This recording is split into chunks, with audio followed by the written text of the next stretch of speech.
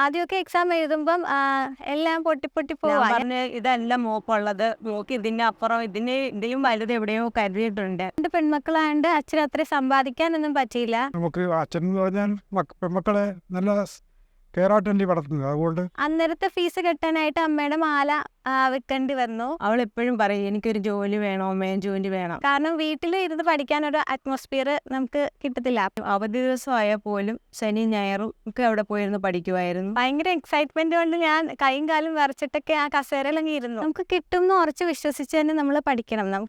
എൻ്റെ പേര് ദേവിക എന്നാണ്. ഞാൻ ഇപ്പം RRB ക്ലർക്കായിട്ട് കോഴിക്കോട് വർക്ക് ചെയ്യണം. ഈ വർഷം എനിക്ക് RRB ക്ലർക്കും IBPS ക്ലർക്കും ക്രാക്ക് ചെയ്യാൻ പറ്റിയിട്ടുണ്ട്. 23 വയസ്സിലൊരു ഗവൺമെൻറ് ഉദ്യോഗസ്ഥയാകുക എന്നുള്ളത് വളരെ അഭിമാനത്തോടു കൂടിയാണ് ഞാൻ എല്ലാവരോടും പറയുന്നത്. എൻ്റെ ഈ സ്വപ്നത്തിലേക്ക് എത്താൻ വലിയൊരു യാത്ര തന്നെയാണ് വേണ്ടി വന്നത്. അതിൽ എനിക്ക് എൻ്റെ പേരൻസും IBSും വലിയൊരു പങ്കാണ് വഹിച്ചത്. ഞാൻ ദേവികയുടെ അമ്മയാണ്. എൻ്റെ മകൾക്ക് ഈ ജോലി കിട്ടിയതിൽ ഞാൻ ഏറ്റവും കൂടുതൽ സന്തോഷിക്കുന്നു. അവൾക്കിത് കിട്ടാൻ അവൾ ഒരുപാട് പരിശ്രമിച്ചിട്ടാണ് അവൾക്ക് ഈ ജോലി കിട്ടിയത്. പിന്നെ അതുപോലെ എല്ലാ ക്ലാസ്സിനും അവൾ പോവുകയും അവധി ദിവസമായാൽ പോലും ശനി ഞായറും ഒക്കെ അവിടെ പോയിരുന്ന് പഠിക്കുമായിരുന്നു. അവിടുത്തെ IBSലെ സാർമാരെ എല്ലാം ഫുൾ സപ്പോർട്ടും ഒക്കെ ഉണ്ടായിരുന്നു. അഖിൽ സാറ്, നിഖിൽ സാറ്, അഖില മിസ്സ്, ലാലി മിസ്സ്, അങ്ങനെ പേരെടുത്ത് പറയാൻ എല്ലാ മിസ്സുമാരും സാറുമാരായാലും ഒരുപാട് മോളെ സപ്പോർട്ട് ചെയ്തിരുന്നു. ഞാൻ ഏകദേശം 1 വർഷമായി എൻ്റെ പ്രിപ്പറേഷൻസ് തുടങ്ങിയിട്ട്. ഡിഗ്രി പഠിക്കുമ്പോൾ തന്നെ എനിക്ക് ഡിഗ്രി കഴിഞ്ഞിട്ട് എന്ത് ചെയ്യണമെന്ന് നേരത്തെ തന്നെ ഒരു തീരുമാനം ഉണ്ടായിരുന്നു. എന്നുവെച്ചാൽ ഞങ്ങളൊരു മിഡിൽ ക്ലാസ് ഫാമിലി ആയിരുന്നു.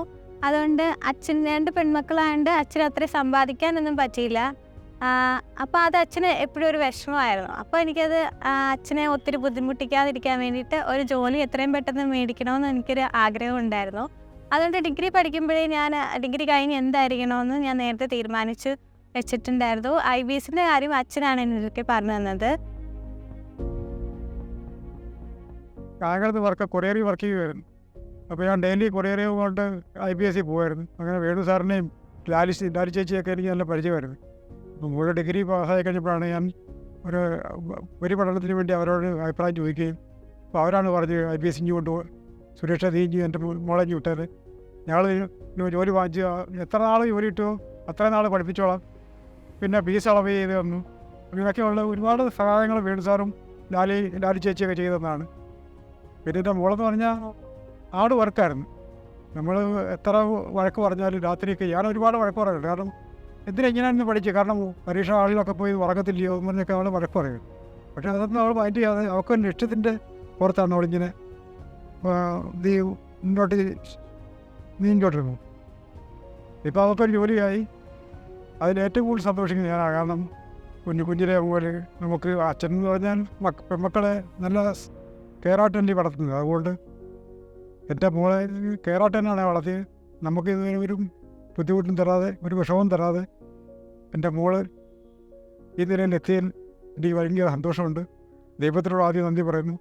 ഉപരിയായിട്ട് അവളെ ഈ ലക്ഷ്യത്തേക്ക് എത്തിച്ച IBS എന്ന സ്ഥാപനത്തോടും അവിടെ പഠിപ്പിച്ച സാറന്മാരോടും പിന്നെ സതീഷ് സാറ് പ്രത്യേകം പറയേണ്ടതാണ്. സതീഷ് സാറാണ് നമ്മളോടൊക്കെ ഈ ഇവരുടെ സുരേഷ് നീങ്ങി വിട്ടേരെ ഞാൻ നോക്കിക്കോളാം എന്നൊക്കെ പറയുകയും വേണു സാറും ലാലി മിസ്സും ഒക്കെ അവരോടൊക്കെ തീരാത്ത കടപ്പാടാണുള്ളത്.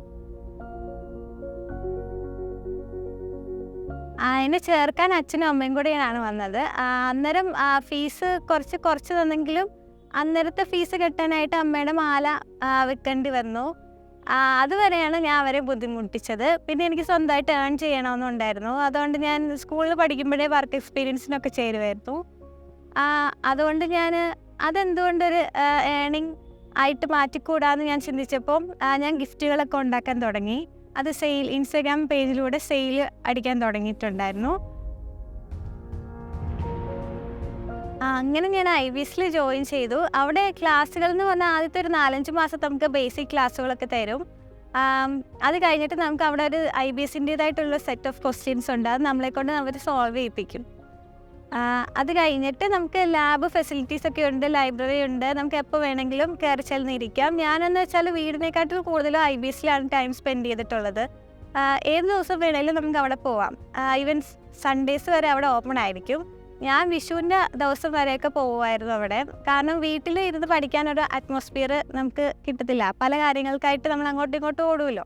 അവിടെ ആകുമ്പോൾ നമുക്ക് ആ ഒരു പഠിത്തം മാത്രം നോക്കിക്കൊണ്ടിരുന്നാൽ മതി.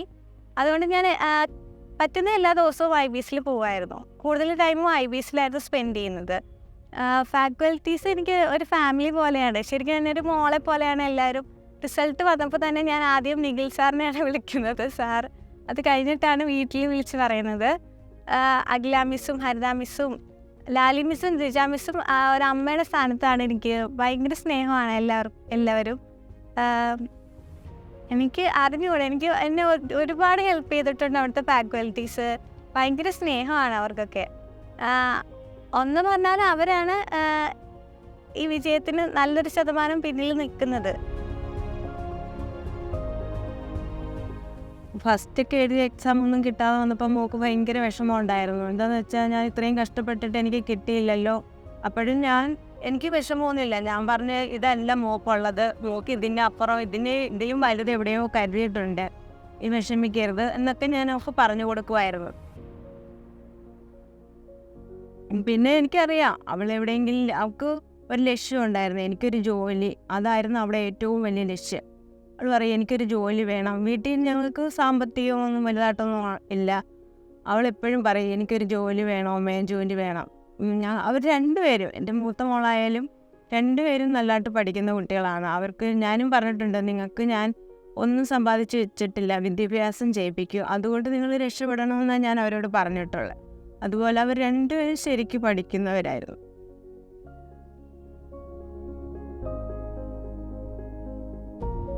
റിസൾട്ട് വരുന്നത് ജനുവരി 1 നമുക്ക് നേരത്തെ അറിയാമായിരുന്നല്ലോ. അപ്പം തലേന്ന് തൊട്ടേ നല്ല ടെൻഷനിലായിരുന്നു. ഒരു 10-11 മണിയായി. കഴിഞ്ഞ വർഷമൊക്കെ 9:30 വന്നു, ഈ വട്ടം 10-11 മണിയായി. വരാത്തതുകൊണ്ട് ഭയങ്കര ടെൻഷൻ കൂടും. അമ്മയാണ് കൊണ്ടുവിട്ടത് ഇൻസ്റ്റിറ്റ്യൂട്ടിൽ. അപ്പം വന്നു കഴിഞ്ഞ് എനിക്ക് ടെൻഷൻ കാരണം ഞാൻ ഐശ്വര്യനെ കൊണ്ടാണ് നോക്കിപ്പിച്ചത്.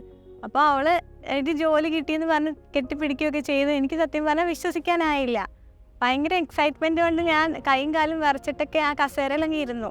പിന്നെ സാറുമാരൊക്കെ നിഖിൽ സാറും വിഷ്ണു സാറും ഒന്നും അവിടെ ഇല്ലാത്തതുകൊണ്ട് അവരെയും വീട്ടിലൊക്കെ വിളിച്ച് പറഞ്ഞു. എല്ലാവർക്കും ഭയങ്കര സന്തോഷമായിരുന്നു. അച്ഛൻ എന്തോ ഒന്നുകൂടെ പറഞ്ഞേന്നൊക്കെ ചോദിക്കുക. അച്ഛന് മനസ്സിലാവുന്നില്ല. ഞാൻ പിന്നെ അച്ഛൻ ജോലി കിട്ടിയെന്നൊക്കെ പറഞ്ഞാൽ അച്ഛന് ഭയങ്കര സന്തോഷമായിരുന്നു. ആ ഒരു ദിവസം അത് മറക്കാൻ പറ്റാത്തൊരു ദിവസമായിരുന്നു. എനിക്ക് നേടിയെടുക്കാൻ പറ്റുമെന്ന് വിശ്വാസം ഉണ്ടായിരുന്നു. പക്ഷേ കിട്ടുന്ന മൊമെൻ്റ് വേറെ ഒരു ഫീലാണല്ലോ. April 1 IBPSൻ്റെ റിസൾട്ട് വരുന്ന ദിവസമായിരുന്നു. അതും കിട്ടുമെന്ന് പ്രതീക്ഷ ഉണ്ടായിരുന്നു, എന്നാലും ടെൻഷൻ ഉണ്ടായിരുന്നു. അതും കാനറ ബാങ്ക് ക്ലിയർ ചെയ്യാൻ പറ്റി. അത് കർണാടകയാണ് കൊടുത്തത്. അന്നേരത്തെ ഒരു ഇതിൽ എവിടെയെങ്കിലും ഒരു ജോലി മതിയെന്ന് വെച്ചിട്ട് വേക്കൻസി കൂടുതലുള്ളിടത്ത് അപ്ലൈ ചെയ്തു. അപ്പോൾ കാനറ ബാങ്ക് ക്ലിയറായി. അതും ഭയങ്കര സന്തോഷമുണ്ട്. കർണാടക ആയതുകൊണ്ട് ഇവിടെ തന്നെ കണ്ടിന്യൂ ചെയ്യാമെന്നാണ് വിചാരിക്കുന്നത്.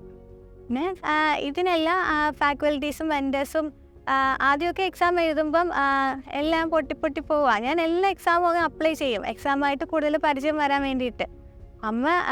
അമ്മ ശരിക്കും ഞാൻ നാളെ ഒരു എക്സാം ഉണ്ട് അമ്മയെന്ന് പറയുമ്പോഴാണ് അമ്മ എക്സാം അപ്ലൈ ചെയ്തിട്ടുണ്ടെന്ന് തന്നെ അറിയുന്നത്.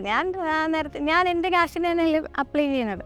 അപ്പം വീട്ടിലൊന്നും പറയത്തില്ല. അപ്പം ഈ എക്സാം സീസൺ ആകുമ്പോഴത്തേക്ക് നേരത്തെ പിടിച്ച എക്സാമുകളായിരിക്കും. ഇങ്ങനെ ഒന്നിടവിട്ട് എക്സാമിന് പോകുമ്പോൾ അമ്മ തന്നെ ഇത്രയും സ്ട്രെസ് എടുക്കണോ, നന്നായിട്ട് പഠിച്ച് SSC ഒന്നും എഴുതണ്ടെന്നൊക്കെ അമ്മ ഇങ്ങനെ പറയും. കാരണം നമ്മൾ ബാങ്കല്ലേ നോക്കുന്നത്, എല്ലാം കൂടെ ഇരുന്ന് എഴുതണ്ട, ഇത്ര സ്ട്രെസ് എടുക്കണ്ട എന്നൊക്കെ പറയും.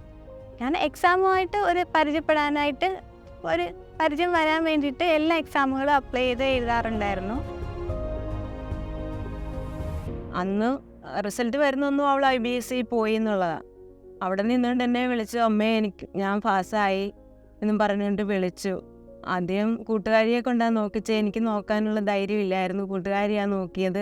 കിട്ടി അമ്മേ എന്നും പറഞ്ഞിട്ട് വിളിച്ച്. അപ്പം തന്നെ എനിക്ക് ഭയങ്കര സന്തോഷമായി. മോളെ റിസൾട്ട് അറിഞ്ഞത് തന്നെ ഞാൻ വീട്ടിൽ ഇല്ലാത്തപ്പോഴാണ്. മോളെ എന്നെ ഫോണിൽ വിളിച്ചു വെച്ചാൽ പോലെ കേരള ഗ്രാമീൺ ബാങ്കിലേക്കുള്ള ജോലിയുടെ കാര്യം കിട്ടി അതൊക്കെ പറഞ്ഞ് ഭയങ്കര ഹാപ്പിയായിട്ടാണ് വിളിച്ചത്. ഇപ്പോൾ എനിക്കും ആദ്യമൊന്നും വിശ്വസിക്കാൻ പറ്റിയില്ല. അവിടുത്തെ സ്റ്റാഫുകളെല്ലാം ഭയങ്കര സപ്പോർട്ടീവാണ്. നമ്മൾ ഡൗൺ ആകുമ്പോഴത്തേക്ക് നമ്മളെ മോട്ടിവേറ്റ് ചെയ്ത് കൊണ്ടുവരും എന്നുള്ള ആൾക്കാരാണ് അവർ. അപ്പം ഞാൻ കരച്ചിലൊക്കെ ആയിരുന്നു. ആദ്യം എക്സാം ഒന്നും ക്ലിയർ ചെയ്യാൻ പറ്റുന്നേ ഉണ്ടായിരുന്നില്ല. അപ്പം അവരുടെയൊക്കെ ഒരു സപ്പോർട്ട് കാരണം ഞാൻ വീണ്ടും കുറച്ചുകൂടെ നന്നായിട്ട് വർക്ക് ചെയ്യാൻ തുടങ്ങി. ഒരുപക്ഷെ ഞാൻ ആ ഒരു പോയിന്റിൽ വെച്ചിട്ട് നിർത്തി വേറെ പണിക്ക് പോയിരുന്നെങ്കിൽ എനിക്കിന്ന് ഈ നിങ്ങളുടെ മുമ്പിൽ ഇവിടെ നിൽക്കാൻ പറ്റില്ലായിരുന്നു. എനിക്ക് പറയാനുള്ളത് നമുക്ക് കിട്ടുമോ എന്നുള്ള ഡൗട്ടോടുകൂടി ഈ ഫീൽഡിൽ നിൽക്കരുത്. നമുക്ക് കിട്ടും എന്ന് ഉറച്ച് വിശ്വസിച്ച് തന്നെ നമ്മൾ പഠിക്കണം. നമുക്ക് എന്തായാലും കിട്ടും. അത് എത്ര ടൈം എടുത്താലും മടുപ്പൊക്കെ എല്ലാവർക്കും തോന്നും. നമ്മളെ തന്നെ മോട്ടിവേറ്റ് ചെയ്ത് തിരിച്ച് ഇതിലേക്ക് കൊണ്ടുവരുന്നത് നമ്മുടെ കഴിവാണ്. കൊല്ലത്ത് പോയി പഠിക്കണമെന്ന് എനിക്ക് ആദ്യത്തെ ആഗ്രഹം ഉണ്ടായിരുന്നു. അപ്പം അങ്ങോട്ടൊക്കെ പോയി ഹോസ്റ്റലിലൊന്നും പഠിക്കാനുള്ളൊരു സാഹചര്യം അല്ലാത്തതുകൊണ്ട് അച്ഛൻ പറഞ്ഞു IBSൽ പോകാൻ വേണ്ടിയിട്ട്. ഇപ്പം പക്ഷേ എനിക്ക് ഒരു റിഗ്രറ്റും ഇല്ല. വേറെ ഇൻസ്റ്റിറ്റ്യൂട്ടിൽ കാണാത്ത പലതും അവിടെ ഉണ്ട്. എന്നുവെച്ചാൽ ഞാനൊരു 9 മണിയാകുമ്പോൾ IBSൽ പോകും. ഒരു 5 മണി വരെയൊക്കെ അവിടെ ഇരിക്കും. രാവിലെ ലാബിലോട്ടാണ് കയറുന്നത്. ഉച്ചവരെ ലാബിൽ മോക്ക് ടെസ്റ്റുകളൊക്കെ ചെയ്യും. ഉച്ച കഴിഞ്ഞിട്ട് ഒരു കറണ്ട് അഫയേഴ്സിൻ്റെ സെക്ഷനുണ്ട്. അത് നിഖിൽ സാറും അഖില മിസ്സും ഹരിത മിസ്സും കൂടെയാണ് ചെയ്യുന്നത്. ഹരിത മിസ്സ് ഹിന്ദു ന്യൂസ് പേപ്പറിലെ ക്യൂസുകളാണ് ചോദിക്കുന്നത്. അപ്പം നമ്മൾ ഓട്ടോമാറ്റിക്കലി ന്യൂസ് പേപ്പർ വായിക്കും. അത് വായിപ്പിക്കാൻ വേണ്ടിയിട്ടാണ് അങ്ങനെ ഒരു സെക്ഷൻ വെച്ചത്. അതൊരു കോമ്പറ്റീഷൻ പോലെയാണ്. ഗ്രൂപ്പ് തിരിച്ചിട്ട് ഫസ്റ്റ് പ്രൈസൊക്കെ വരുന്നവർക്ക് സമ്മാനമൊക്കെ കൊടുക്കും. നമ്മളിങ്ങനെ ഫസ്റ്റ് അടിക്കാൻ വേണ്ടിയിട്ട് ഭയങ്കരമായിട്ട് പ്രിപ്പയർ ഒക്കെ ചെയ്തു പോകും. അത് ഭയങ്കര യൂസ്ഫുള്ളായിരുന്നു. പിന്നെ ലാബ് AC ലാബുകളൊക്കെ ഉണ്ട്. ലൈബ്രറി നമുക്ക് പുറത്തുനിന്ന് ബുക്കുകളൊന്നും മേടിക്കേണ്ട ആവശ്യം വരുന്നില്ല. നമുക്കവിടെ ഏത് ടൈപ്പ് വേണമെങ്കിലും ബുക്കുകൾ അവൈലബിൾ ആണ്. നമുക്ക് എപ്പോൾ വേണമെങ്കിലും പോയി എടുക്കാൻ പറ്റുന്ന രീതിയിലാണ് അവിടെ അറേഞ്ച് ചെയ്തിരിക്കുന്നത്. സൺഡേ വേണമെങ്കിലും നമുക്ക് അവിടെ ചെല്ലാം, ബുക്കുകൾ എടുക്കാം, മോക്ക് ടെസ്റ്റ് ചെയ്യാം. അങ്ങനെ എല്ലാ ഫെസിലിറ്റീസും ഉണ്ട്. റിസൾട്ട് അറിഞ്ഞപ്പോൾ എൻ്റെ കൂടെ പഠിച്ചവരൊക്കെ എവിടെയാണ് പഠിച്ചത്, അവർക്കൊന്നും ആ എക്സാമിനെ പറ്റിയിട്ടൊന്നും അറിയത്തില്ല. നോട്ടിഫിക്കേഷൻ്റെ കാര്യങ്ങളൊക്കെ എൻ്റെ അടുക്ക് ചോദിച്ച് വന്നായിരുന്നു. അവരോടെല്ലാം ഞാൻ IBS തന്നെയാണ് റെക്കമെൻഡ് ചെയ്യുന്നത്. ബാങ്ക് കോച്ചിങ് ആണെങ്കിലും SSC ആണെങ്കിലും രണ്ടും അവിടെ അവൈലബിൾ ആണ്. ഇപ്പം നമുക്ക് ദൂരെ നിന്ന് നിന്ന് പഠിക്കാൻ സൗകര്യമില്ല എന്ന് വെച്ചാൽ ഓൺലൈൻ ക്ലാസ്സസ് ഇവിടെ ഉണ്ട്. ഞാൻ തുടർന്നും IBSൻ്റെ ഒരു വിദ്യാർത്ഥി ആയിരിക്കും. കാരണം JAB CAB പോലുള്ള എക്സാമുകളൊക്കെ ക്ലാസ് അവിടെ എടുക്കുന്നുണ്ട്. അപ്പം ഞാൻ തുടർന്ന് അവിടെ തന്നെ ജോയിൻ ചെയ്യാനാണ് തീരുമാനിച്ചിരിക്കുന്നത്. ഞാൻ IBS തന്നെ, എനിക്ക് ചോദിക്കുന്നവരോട് IBS തന്നെ റെക്കമെൻഡ് ചെയ്യുള്ളൂ.